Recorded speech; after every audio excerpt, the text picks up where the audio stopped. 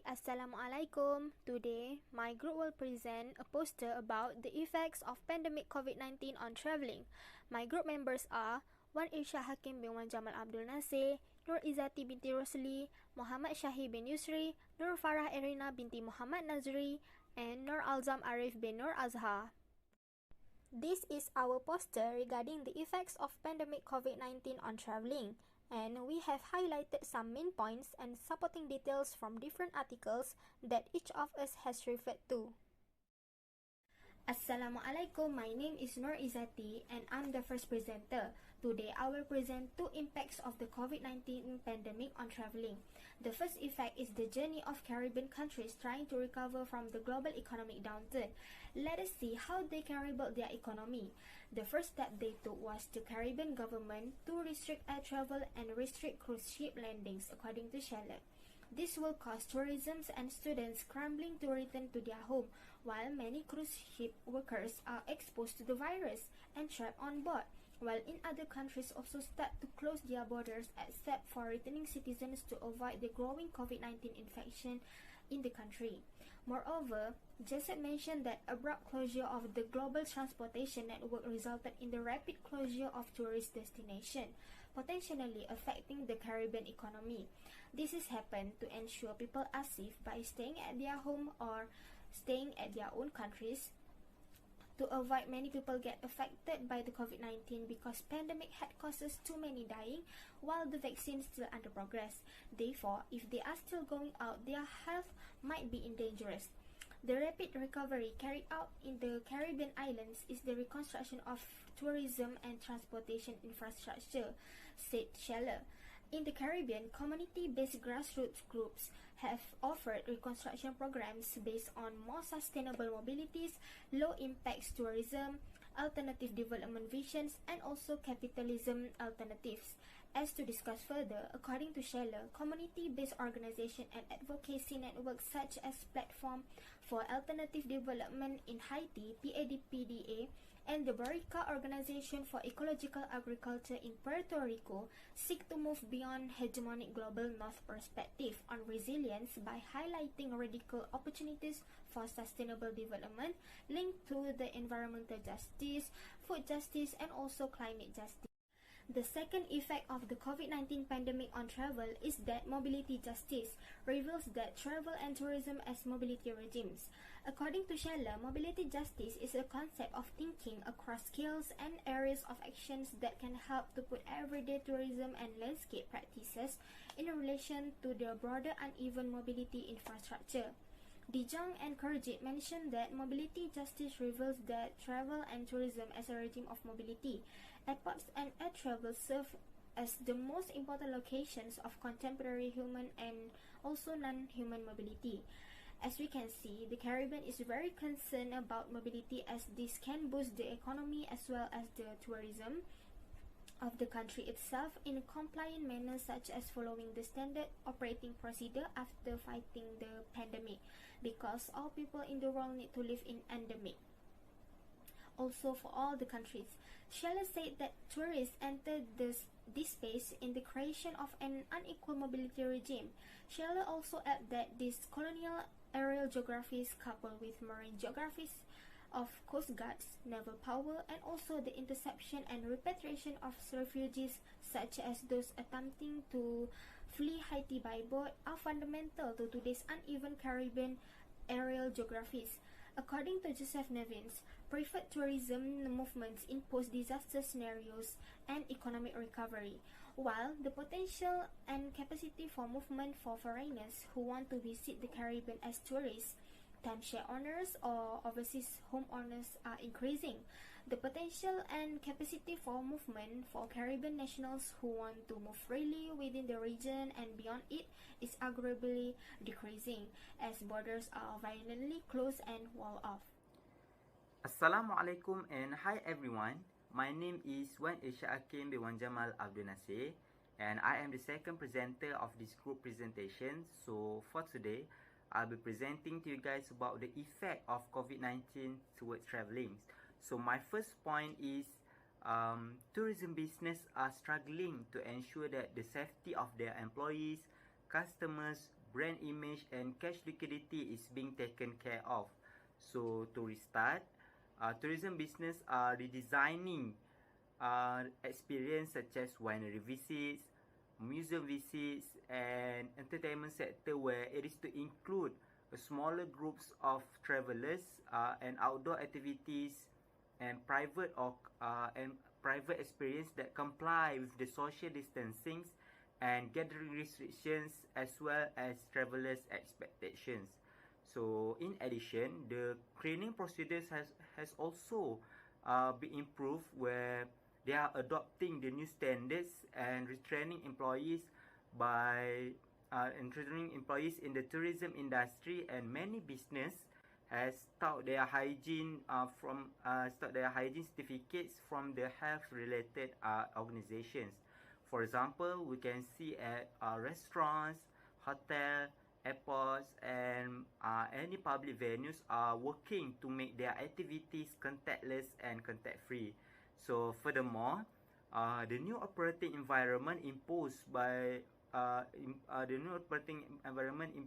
the government government on the COVID-19 where they measure necessities the adoption of new technologies and applications to ensure crowd management and the number of people gathered in at the public spaces. For example, we have places like airports, restaurants, and malls where all of these places have been provided with hand sanitizer and human disinfectants. They also has introduced an applications where the application it is to manage the health of the customers and to track their journey, their history of journey.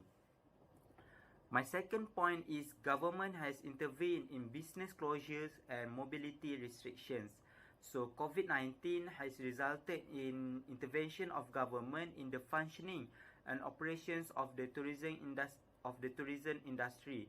So in the tourism economy, government have also become a much bigger player. For example, they have a renationalism of airlines and other tourism firms and tourism infrastructure like airports.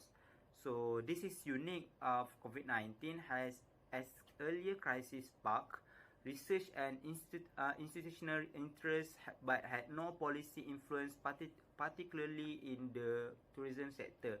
As we know, when the COVID-19 first affected all of us, the government have to intervene in the tourism industry because this tourism industry are so important where it is involved with a lot of people interacting with each other. So debate has already begun about the efficiency of such intervention as well as their fairness and equitable distribution among tourism stakeholders. So basically, the government has acting selectively with the destinations where they want to ensure that the destinations of tourism can make their decisions on how to deal with the COVID-19 pandemic. Assalamualaikum warahmatullahi wabarakatuh. My name is Noazah Arif bin Noazah and I am responsible in presenting the Article 3. Article 3 is about the impact of COVID-19 on tourism industry in Malaysia. So, the first main point of the article is total change in the airline industry and restrictions set by the government. Due to COVID-19, the airlines such as AirAsia, Malindo and Malaysia Airlines have cut the income from 10% to 100% as well as unpaid leave. The article also stated that government of China has prohibited outsiders from entering their country. The reason is because to avoid infection of COVID-19 from spreading out truly. Based on the outer research also, all three main Malaysia Airlines have experienced revenue and profit losses. Unfortunately, the profit losses has putting them at the risk of bankruptcy and lower down their survivability in this industry. Next, the main point of the article is Malaysia Economic Stimulus Package has been introduced in response to the epidemic era. Malaysia Economic Stimulus Package has its own aim. The aim is to continue the public welfare agenda.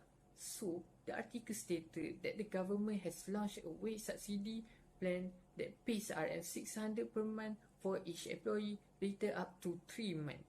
This is to fight the possibility of rising unemployment. In addition, the stimulus package is also a jackpot for tourist freightliner. The author of the article has explained that tourism freightliner have been granted a one-time payment of Rm600 and Rm500 respectively. There is also benefit of the employee insurance system, which is known as EIS, and the Social Security Organization, which is known as SOCSO. The EIS and the SOCSO can be claimed by unemployed worker with salary under Rm4,000 a month. So that's all from me. Thank you. Hi and Assalamualaikum. My name is Muhammad Syahir bin Yusri. I will continue the presentation with the next article that I choose, which is Predictors of Changes in Travel Behavior During the COVID-19 Pandemic.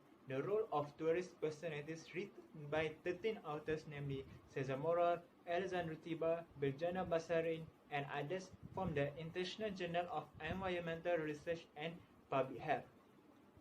So, the first effect that pandemic COVID-19 do on travelling in this article are tourist anxiety increased due to fear of contracting a dangerous virus, and it is the major factor that leads to visit cancellation and travel avoidance. The author said that the higher the level of trip in a destination, the lesser the intention to visit. It is because, in accordance to Koza et al., subjective estimation of the chance of getting a disease or virus are referred to a risk of trip exposure, as well as demographic variables including gender, age, and nationality.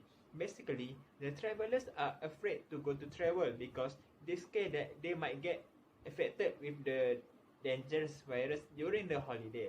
Additionally, various subjective elements such as travel experience, personality, and memory accessibility also have been proven to cause exaggerated risk perceptions.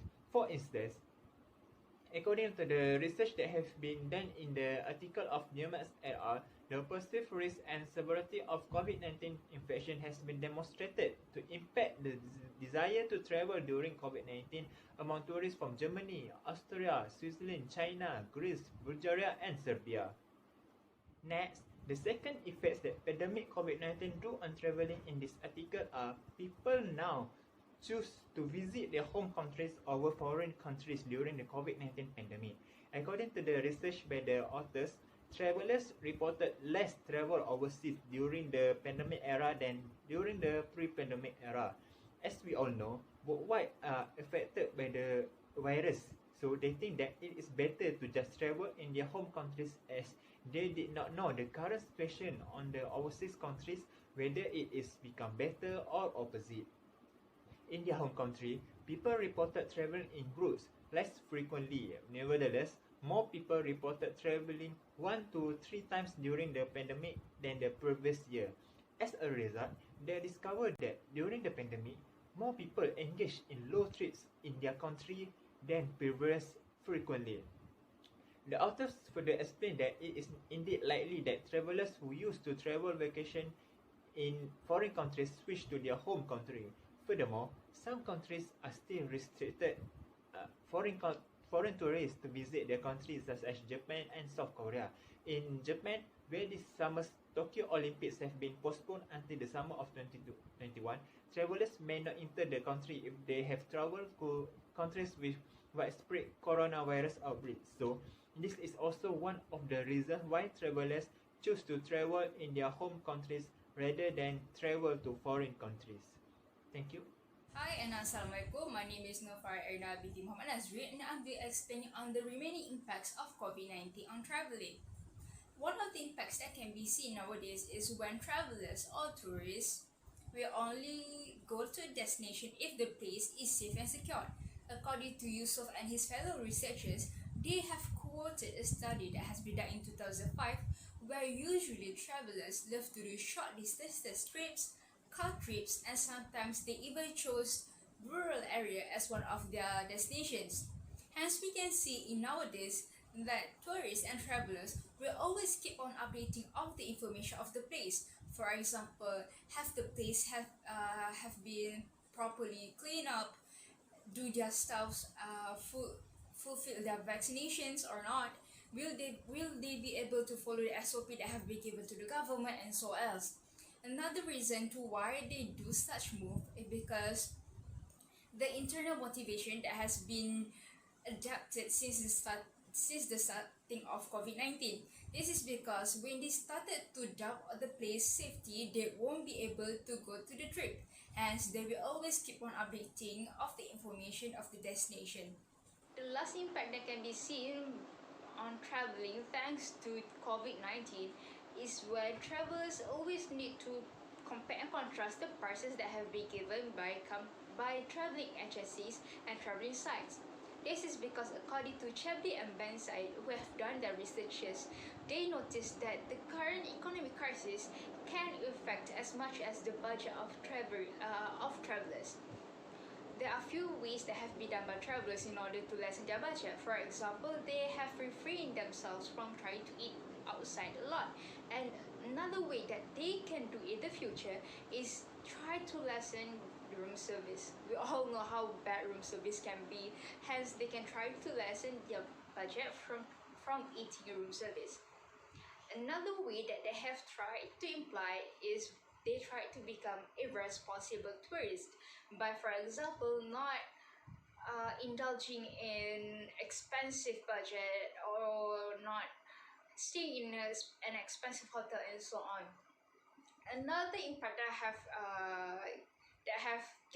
can be seen in current days is when traveling agencies and managers try to suggest low season tourism where it can cost travelers and tourists lesser budget than what they will be expecting. That brings us to the end of the presentation. I like to summarize by saying we should take care of ourselves when traveling during this pandemic. That's all from us. Thank you, everyone.